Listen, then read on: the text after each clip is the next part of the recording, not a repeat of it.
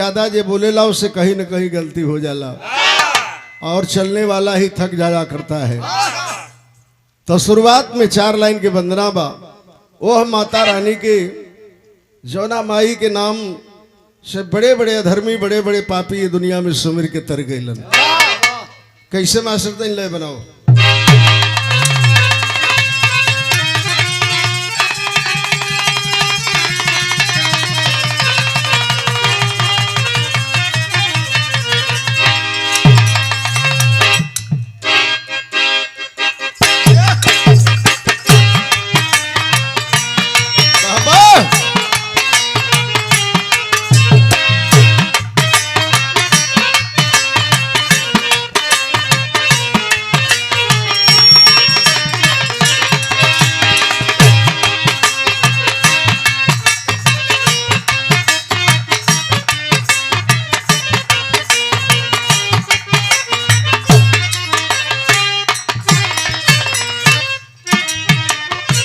भक्त के कहना बा मतारी से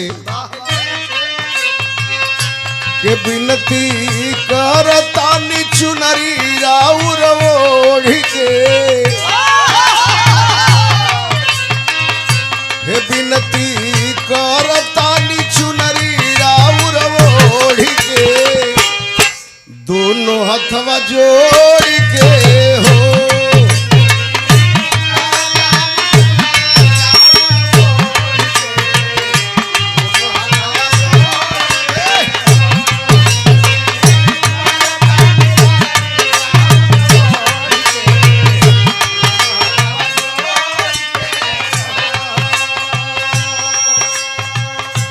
एक बहू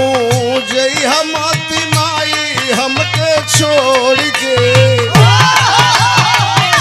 एक बहू जई हमती माई हमके छोड़ के दोनों हथवा जोड़ के हो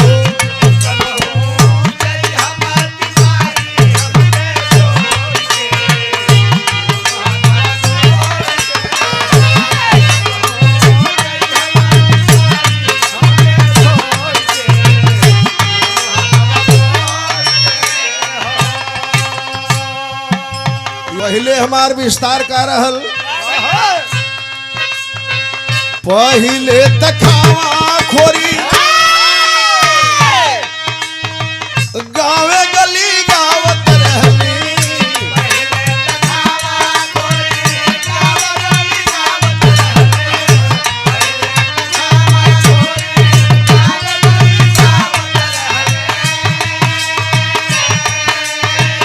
पहले तखावा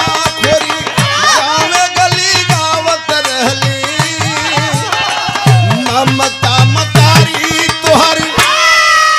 सबके सुनावत रहली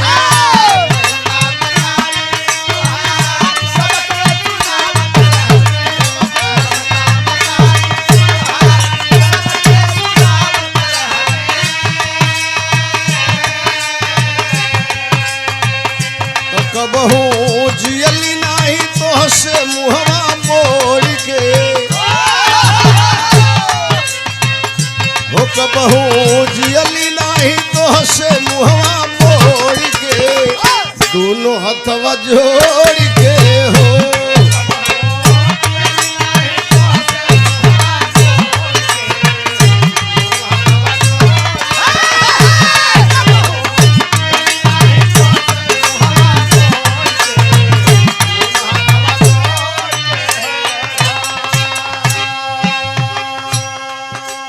तोहरे शरण में बचपन से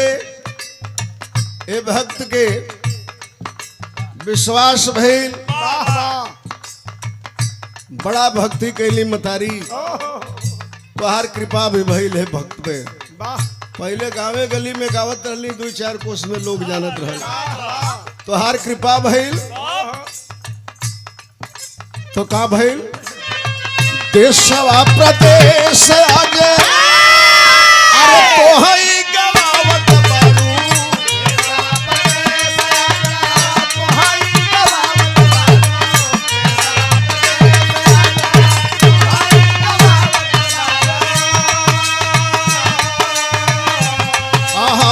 देशवा देश आज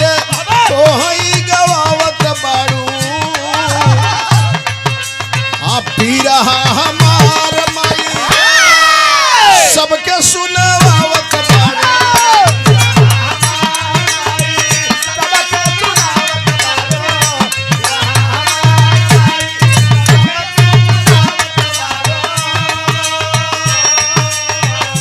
ममता लय में बरसावलूनी छोड़ के दोनों हथवा जोड़ के हो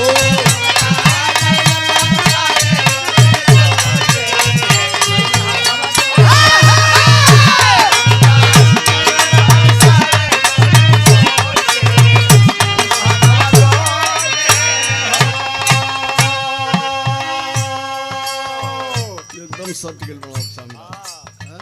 सही है शॉर्ट गेल बड़ा एकदम आखिरी लाइन है जदू रघुनाथ गईले स्वर्ग के नगरिया हो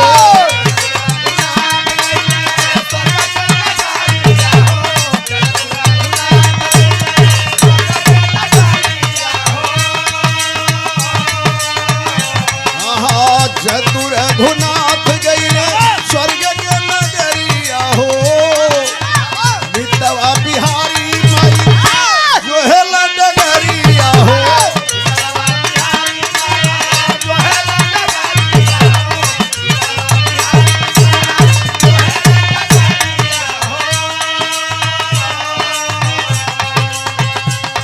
राम शीश पावन प्रीत बा करोड़ के हे राम शीश पावन प्रीत बा करोड़ के ई दोनों हथवा जोड़ के हो